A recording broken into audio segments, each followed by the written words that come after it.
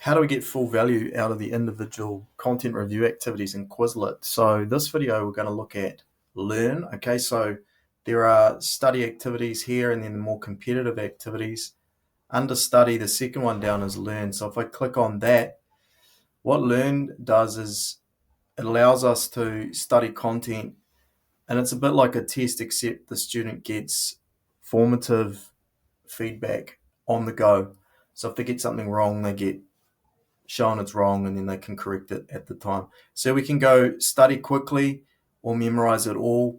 So we can personalize in that way. So what you've got is it's kind of Captain James Cook. We can click on the audio if we need pronunciation, and then we are looking for the thing that matches. In this case, it's that one. Okay, now if I get it wrong, like that, it gives me no problem, you're still learning, and it gives the right answer. So it shows me the right one, unlike a test under the test function, and it allows you just to keep learning. So here we go.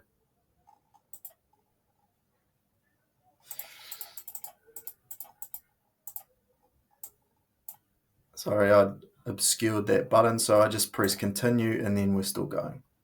Okay, so, and on and on. So that's the learn function under Quizlet.